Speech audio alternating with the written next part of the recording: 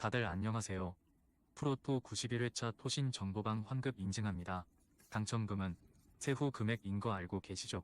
다들 아시겠지만 한 경기 취소되어 당첨금이 반토막 났지만 그래도 당첨 모두 축하드리며 오늘 경기도 분석 시작해보겠습니다.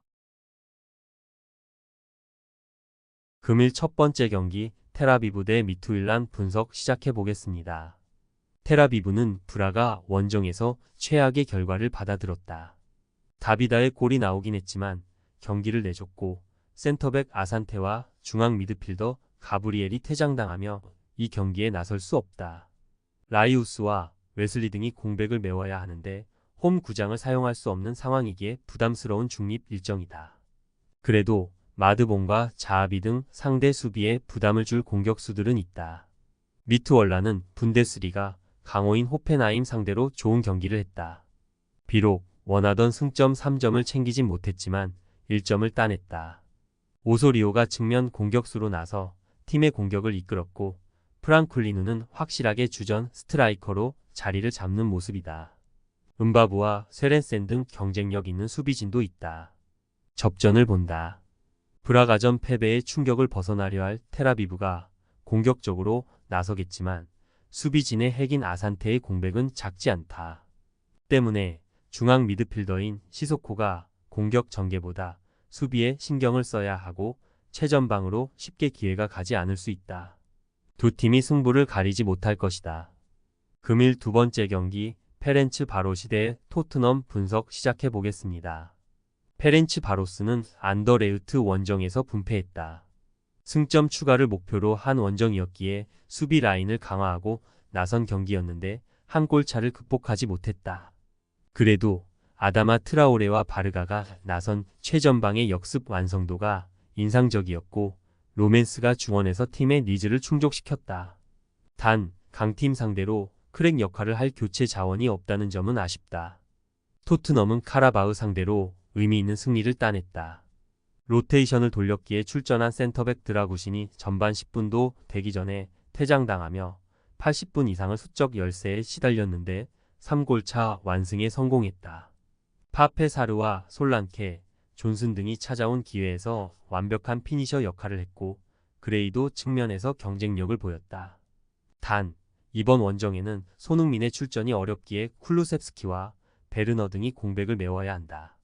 토트넘의 승리를 본다.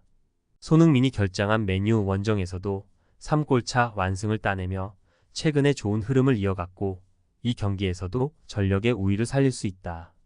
파페 사르와 벤탄쿠르가 상대 중원의 공세를 저지할 수 있고 솔랑케가 공격을 주도할 토트넘이 유로파 연승에 성공할 것이다. 금일 세 번째 경기 카라바흐 대 말메 분석 시작해보겠습니다. 카라바흐는 토트넘 원정에서 충격패를 당했다. 원정이었지만 상대가 이른 시간 퇴장을 당하며 수적 우세를 갖고 경기에 임했지만 외려 3골을 허용했다. 주비루와 주닝요 등 아제르바이잔 최고의 투톱을 내보냈지만 한 명이 적은 상대 수비를 효과적으로 공략하지 못했다. 때문에 분위기 전환을 위해서라도 이번 경기에서 승리를 따내야 한다. 말메는 홈의 이점을 살리지 못하며 레인저스에 패했다. 스웨덴 리그 1위 팀으로 이번 유로파에서 호성적을 노리고 있었는데 출발이 좋지 않다. 그래도 중립 경기로 펼쳐지는 이 경기를 승리하면 분위기를 전환할 수 있기에 전력을 다해야 한다. 페냐와 크리스티안센 등이 중원의 라인을 올리며 공격적으로 임할 것이다. 카라바흐의 승리를 본다. 말메는 스웨덴 리그 최강이지만 유럽에서는 경쟁력이 다소 떨어진다. 또 이 경기는 그들이 어려움을 겪는 원정 일정이기도 하다. 바이라모프와 로드리게스가 측면을 돌파로 넘어설 수 있고 주비르가 해결할 카라바흐가 토트넘전 패배의 충격에서 벗어날 것이다. 금일 네 번째 경기 호펜하임 대 디나모 키예프 분석 시작해보겠습니다. 호펜하임은 분데스리가 초반 출발이 좋지 않다. 승리 추가에 어려움을 겪었고 하위권으로 추락했다. 그래도 크라마리치의 존재감은 확실하다. 플로잭, 라르센 등의 지원을 받아 공격을 이끌고 있는데 상대 수비에 확실한 부담을 주고 있다. 직전 원정에서는 로테이션을 가동했지만 최근 승리가 없고 홈 일정이기에 이 경기에는 베스트 11이 정상적으로 출전할 것이다. 키이우는 중립 경기로 펼쳐진 라치오전에서 완패했다. 우크라이나로 돌아온 야르몰렌코를 비롯해 카바예프와 바나트가 골을 노렸지만 라치오의 최종 수비를 넘지 못했다. 때문에 1패를 안고 있고 16강 진출을 위해서는 이번 원정 승점 추가가 필요하다. 샤파렌코와 브라주코 등 중앙 미드필더들이 안정적인 경기 운영을 할 것으로 보인다. 호펜하임의 승리를 본다. 키이우는 지난 시즌에도 유럽 대항전에서 부진했는데 이번 시즌 출발도 아쉽다. 우크라이나 국대 멤버들이 대거 포진해 있지만 확실한 9번 역할의 선수가 보이지 않는다. 홈의 이점을 살릴 수 있고 크라마리치와 흘로제기 기회를 골로 연결할 호펜하임이 승리할 것이다. 금일 5번째 경기 RFS 대 갈라타사라이 분석 시작해 보겠습니다. 리가스 푸트볼라는 원정에서 부쿠레슈티에 패했다. 지가에 한 골이 나오긴 했지만 4골이나 실점한 경기였다. 모처럼 출전한 유로파에서 토너먼트 출전을 목표로 하고 있는데 비슷한 전력의 팀의 패했기에 출발은 아쉽다. 때문에 이 경기를 승리하며 분위기 전환에 나서야 한다. 파니치와 아담 등 중원이 경기 내내 라인을 올릴 것이다. 갈라타사라이는 홈 경기에서 파오크를 완파했다. 선발 윙어로 나선 악군의 골이 있었고 다소 잊혀진 듯한 인상이 강했던 이카르디도 교체로 팀에 힘을 보탰다.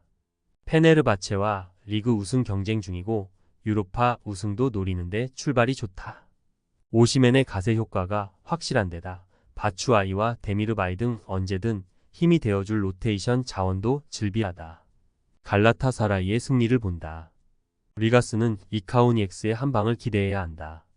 그러나 원정팀에 비해 선수단 구성이 아무래도 떨어진다.